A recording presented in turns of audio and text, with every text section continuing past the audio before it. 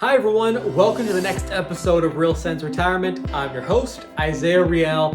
In today's episode, we're going to talk about taxes in retirement, but more specifically, we're going to talk about different tax forms in retirement. I'm going to share 3 of the most common tax forms that I see my clients receive once they are officially retired.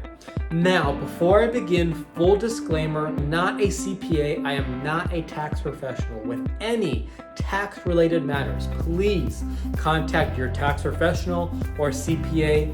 They are the professionals. They're the ones to talk to. Now, to get started, let's talk about this episode. I want to share with you 3 of the most common tax forms I see my clients, my retiree clients receive. Let's get into it. Tax form number 1.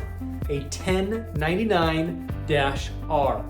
You'll expect to receive this form when you receive distributions from specific retirement accounts. Now, what retirement accounts may that come from?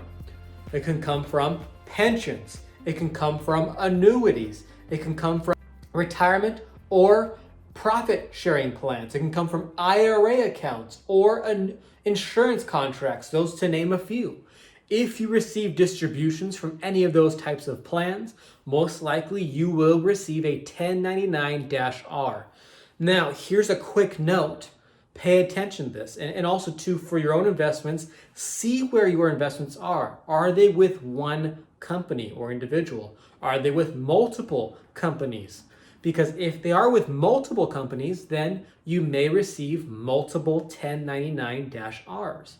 If you have all your investments with one company or with one firm, most likely you'll receive one 1099-R form. So that's the first form. Form number 2, 5498. A form 5498 is meant for if there's contributions to a specific retirement account. Now again, what retirement accounts does this pertain to? Here's a few of them. An IRA account, a Roth account. If you've done a Roth conversion, this is also there.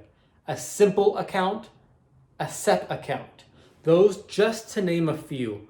If you put contributions into those accounts, you may receive a form 5498.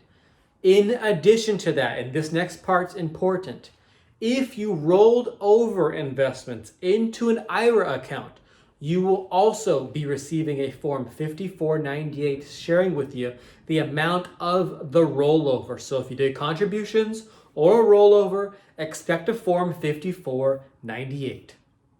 Now, form number 3, a gain and loss summary report. Now, this is typically given out if you have realized gains and losses in your account for that given year. Now, let's talk about that real quick. What's realized gain? Realized gain is when you sold an investment for a profit. Now, this is also important.